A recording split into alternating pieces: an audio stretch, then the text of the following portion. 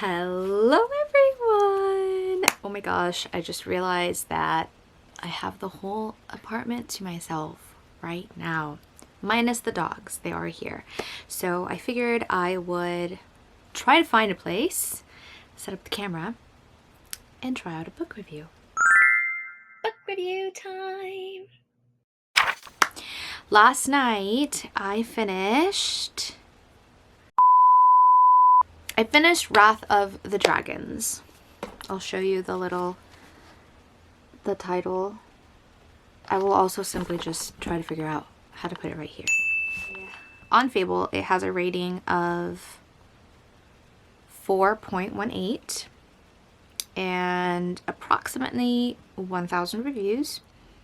I'm looking at my Fable book review for notes on what we're going to be talking about, but I finished the book up when I was driving home from work yesterday. I had about 15 minutes left.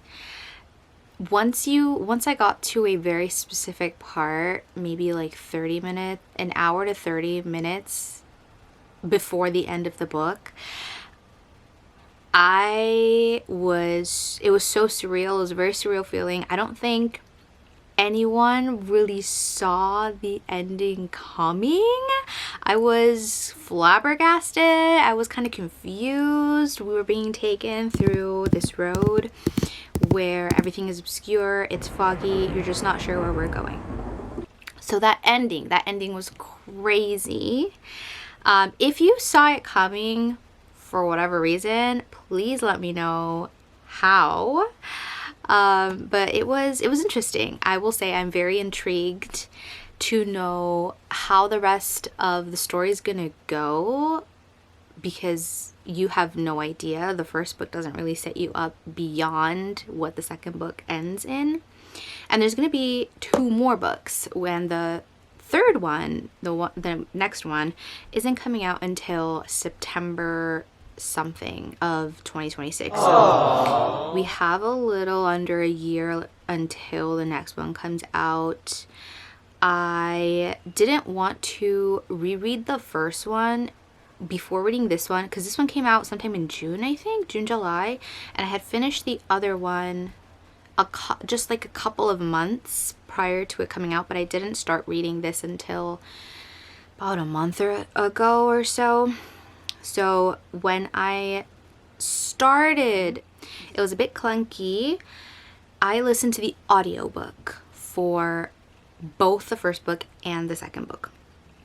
So I think this second book starts off with Caden, and he has his own narrator for the second book, and he is amazing. I need to look up his name. I'll probably put it in the description below. He is a phenomenal Caden. I was so immersed in his mind, in his world, in the way he perceived things.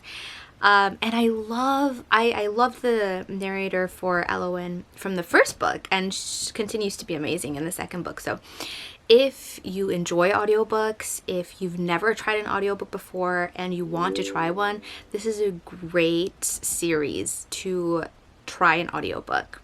It's great. I really enjoyed it. However, sometimes I am sitting down, and if I happen to have a physical copy, either I was able to borrow it from the library or I already had a physical copy, I do like to sometimes listen and read along. And this is actually a good book to do that, because sometimes I would feel like I'm listening to it and I'm thinking that this character is saying something to another character, but when you read it, you realize, no, this is like their internal monologue. So sometimes that would get a little confusing, but overall it was great. I highly recommend it.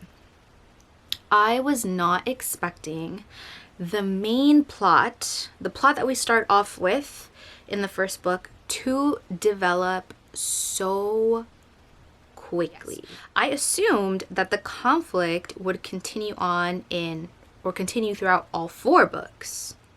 But it was engaging. I loved the new characters that pop up later in the book and join the picture. It was very much, or it felt very much slower paced in the first half of the book, and then a lot faster paced once the second half of the book, once the action started happening. So maybe that also kind of led to some sort of dissonance while I was listening or reading, but I'm not complaining. It was good. I enjoy the description that Olivia goes through, the development of characters. I feel like that's make or break for me in terms of reading. Like, magic and old lore is a lot more prevalent in this book, and I enjoyed the way the author Olivia wrote and introduced, maybe weaved is a better word,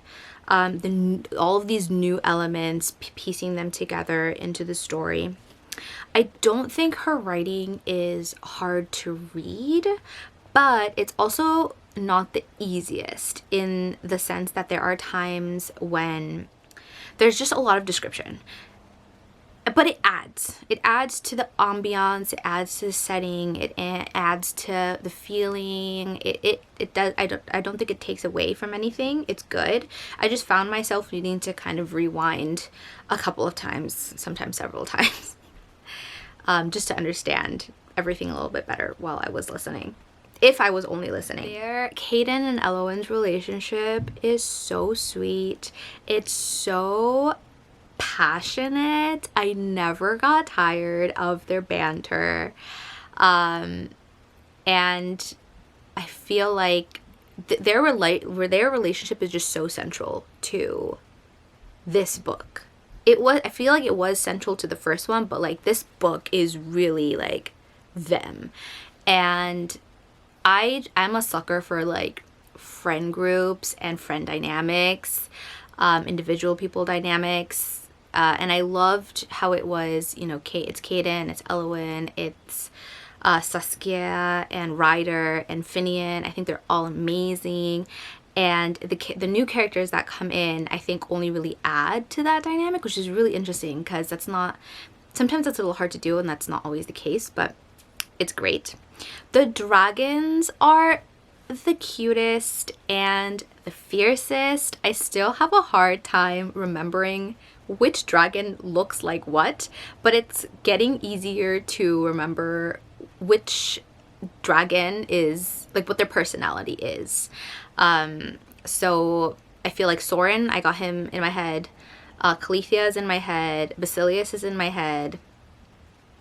There's Venatrix. I feel like I'm missing one. Or maybe I'm not. There are 5. Soren, Venatrix, Basilius, Calithia. I'm missing one. Oh, crap. Anyway, they're all amazing. They're all great. The one thing